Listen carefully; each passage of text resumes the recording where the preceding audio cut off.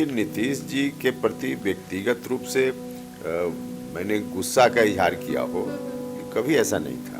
और लगातार जो बात हम कर रहे हैं, पहले भी कर रहे थे, जेडीयू में जब हम थे तब भी वही कर रहे थे, बीच में भी और अभी भी। भ्रष्टाचार के मामला में उन पर कोई आरोप नहीं लगा है। मतलब ईमानदार है। बिल्कुल, उस मामला में नीतीश जी पर कोई आरोप नहीं लगा है। मान न करे वैसी स्थिति आवे, लेकिन अगर वैसी स्थिति आती है तो ब्लड देना हो तो सबसे पहले अगली पंक्ति में नीतीश जी के लिए जाकर हम खड़ा होंगे। आए दिन हम देख रहे हैं, व्यक्तिगत रूप से वो परेशान हैं, परेशान दिख रहे हैं, बिल्कुल परेशान दिख रहे हैं। बुरी उनकी हो सकती है, झेल रहे हैं, लेकिन झेल रहे हैं नीतीश, बिल्कुल झेल रहे हैं, दम घुटन की स्थिति है। नमस्कार, हमारा नाम है समरीन और आपने देखना शुरू कर दिया है लाइव सिटीज। देखिए, एक फिल्म आई थी चौधरी का चांद, उसका एक गाना था कि बदले बदले मेरे सरकार नजर आते हैं। देखिए, राजनीति में कब क्या बदल जाए ये कह पाना मुश्किल होता है। अब देखिए ना, जो उपेंद्र कुशवाहा जी पहले नीतीश कुमार का नाम भी नहीं सुनना चाहते थे, आज उन्हें अपने बड़े भाई की काफी फिक्र सता रही है। साफ साफ कह दिया है कि आप महागठबंधन से जल्दी बाहर जाइए, नहीं तो आपकी सेहत पर फर्क पड़ जाएगा। तो आज हम इन्हीं तमाम मौजुओं पर चर्चा करेंगे उपेंद्र कुशवाहा जी। सबसे पहले तो बहुत शुक्रिया, बहुत धन्यवाद। तो सबसे पहले जैसा कि मैंने शुरू में ही कहा कि आजकल लहजे बदले हुए हैं, आपको बड़े भाई की काफी फिक्र सता रही है, आपने बयान भी दिया था, तो अचानक से ये प्यार बड़े भाई के लिए कैसे कैसे उमड़ा? नहीं, देखिए, आप ठीक से अगर मेरे सभी बयानों पर गौर कीजिए, आज से नहीं, बहुत पहले पीछे जाकर भी, तो कभी नीतीश जी के प्रति व्यक्तिगत रूप से मैंने गुस्सा का इजहार किया हो, कभी ऐसा नहीं था। हाँ, ठीक है, उनके कुछ पॉलिटिकल डिसीजन के खिलाफ जरूर हमने अपनी बात कही है, और लगातार जो बात हम कर रहे हैं, पहले भी कर रहे थे, जेडीयू में जब हम थे तब भी वही कर रहे थे, बीच में भी और अभी भी।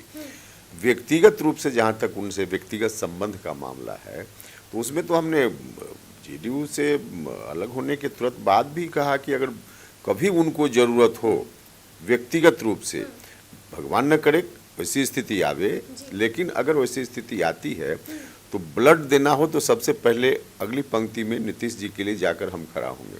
तो यह स्टेटमेंट हमारा आज का नहीं है, तो व्यक्तिगत संबंध के आधार पे जो स्टेटमेंट हो सकता है। आए दिन हम देख रहे हैं, व्यक्तिगत रूप से वो परेशान हैं, परेशान दिख रहे हैं, बिल्कुल परेशान दिख रहे हैं। और सीधे तौर पे हम जहाँ तक नीतीश जी को जानते हैं, नीतीश जी राजनीति में ऐसी स्थिति को कभी बर्दाश्त नहीं उन्होंने किया है, लेकिन अब मजबूरी उनकी हो सकती है, झेल रहे हैं, लेकिन झेल रहे हैं नीतीश, बिल्कुल झेल रहे हैं, दम घुटन की स्थिति है। महागठबंधन में आज जो जिस स्थिति में नीतीश जी हैं, एकदम दम घुटन की स्थिति में है। लेकिन तो फिर मजबूरी क्या है? अब मजबूरी क्या है? जो डिसीजन उन्होंने ले लिया एनडीए से अलग होते हुए, अब रिवर्स भी उसका संभव नहीं है उनके लिए। और रिवर्स अगर करना भी चाहेंगे तो उनकी पार्टी के राष्ट्रीय अध्यक्ष, हमने बार बार कहा है कि जेडीयू के राष्ट्रीय अध्यक्ष कम है ललन सिंह जी, अब आरजेडी के ज्यादा हैं। चर्चा ये भी हो रही थी क्योंकि G20 की डिनर पार्टी में हमने देखा कि कितने गर्म जोशी से पीएम मोदी से सीएम साहब की मुलाकात होती है, जिसके बाद एक ये भी चर्चा है कि हो सकता है कि एनडीए में वापसी हो जाए। तो कहीं ऐसा तो नहीं है कि कुशवाहा जी को डर लग रहा है कि कहीं अगर नीतीश कुमार की वापसी हो गई तो फिर क्या हो? नहीं, उससे क्या फर्क पड़ता है। एनडीए में 4 पार्टी, 5 पार्टी, 6 पार्टी, जो भी पार्टी आज बिहार में है, उसमें एक पार्टी और ऐड हो जाएगी। इससे उपेंद्र कुशवाहा जी को क्या फर्क पड़ना है? हमको तो लगता है कि और एनडीए को शायद बहुत नहीं, लेकिन थोड़ा फायदा ही हो सकता है। तो आप स्वागत कर रहे हैं? देखिए, हम स्वागत करने वाले कौन होते हैं जी? एनडीए में कोई डिसीजन जब हो जाएगा तब की बात है। डिसीजन से पहले हम एनडीए के सर्वे सर्वा तो है नहीं। एनडीए में सबसे बड़ी पार्टी भारतीय जनता पार्टी, तो जो भी डिसीजन होता है या हो सकता है भविष्य में, तो डिसीजन के बाद ही हम इस पर कोई टिप्पणी कर सकते हैं। पहले ही हम किसी और पार्टी जो अभी एनडीए में नहीं है उसका स्वागत करने वाले हम कौन होते हैं? लेकिन आपको लग रहा है कि अगर आते हैं तो फायदा होगा एनडीए को? हमने कहा कि एक आदमी भी अगर कहीं बढ़ता है तो उसका महत्व है।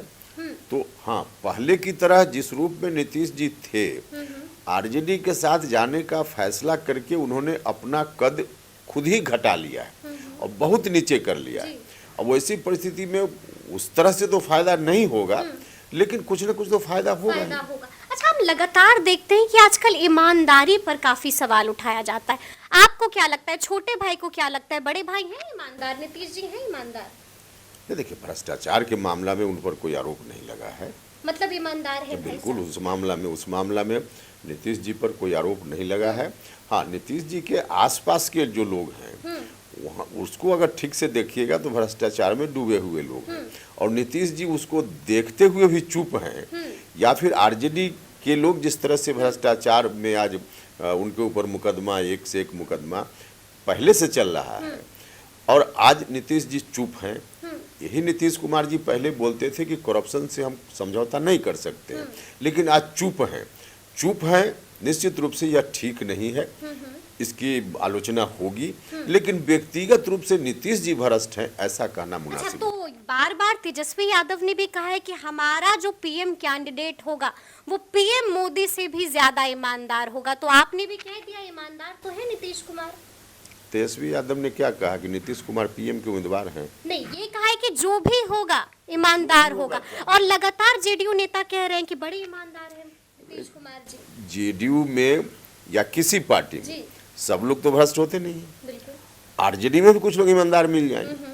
अब आरजेडी के हम आलोचक हैं, लेकिन आरजेडी में भी हम यह नहीं कह सकते कि 1 से 100 तक जितने लोग हैं सब भ्रष्ट हैं। तो ईमानदार तो बहुत सारे लोग हैं। अब उसका माने निकाल करके कहीं से लिंक जोड़ दीजिएगा, इसका कोई अर्थ नहीं।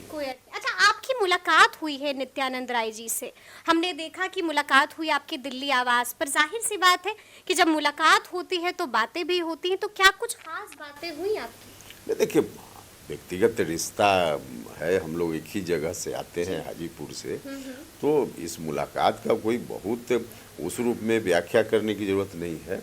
मुलाकात हुई है।